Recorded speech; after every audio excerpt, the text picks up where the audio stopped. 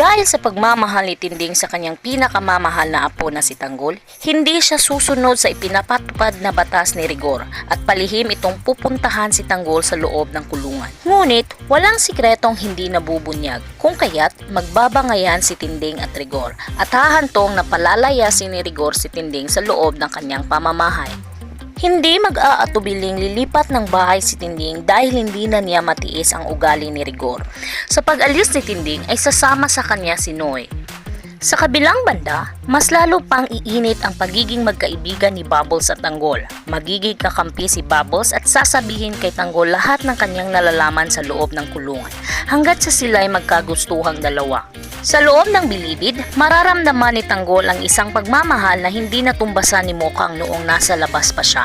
Sa pagsasama ni Bubbles at Tanggol sa isang misyon, mas lalong masasaktan at magsiselo si Bong kung malaman niyang magkasama ito. Dahil sa kritikal na nangyari sa sitwasyon ni Bong, mahihirapang magtiwala muli si Chief Espina sa kanya dahil palagi na lang itong sumasablay sa kanyang misyon. Sa pagising ni Bong ay napalitan na siya ni Tanggol, kung kaya't mag-iipon ito ng lakas upang balikan si Tanggol at tapusin.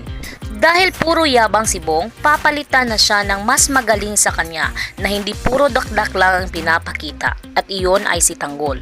Sa pagsasanib ni Tanggol at Bubbles, mas lalong hahanga si Chief Espinas, Warden Balatukan at Makasanto sa pinapakitang galing ni Tanggol.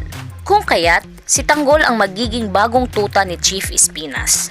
At ikakasaya ito ni Bubbles dahil hindi na siya mahihirapang pakisamahan si Tanggol dahil alam niyang labas-pasok na ito sa kanyang selda. Alam ni Chief Espinas na gagawin ni Tanggol lahat para maligtas lang ang kanyang mga kaibigan. Kung kaya't gagamitin itong paraan ni Chief Espinas upang gamitin si Tanggol. Dahil sa pagsusol ni Maka Santos kay Chief Espinas na gagamitin muna nila si Tanggol bago ito tapusin ng gustong yumari sa kanya. Bago pa tumawag si Olga kay Warden Balatukan na oras na upang tapusin si Tanggol. Ngunit huli na ang lahat dahil hindi na pwedeng galawin si Tanggol dahil alam na ni Chief Espinas na anak ito ni Ramon. Si Ramon ay isa sa nagbibigay ng malaking datong kay Chief Espinas. At oras na may mangyari kay Tanggol ay malilintikan siya ni Ramon. Please like, share, and subscribe para lagi kang updated. Maraming salamat po!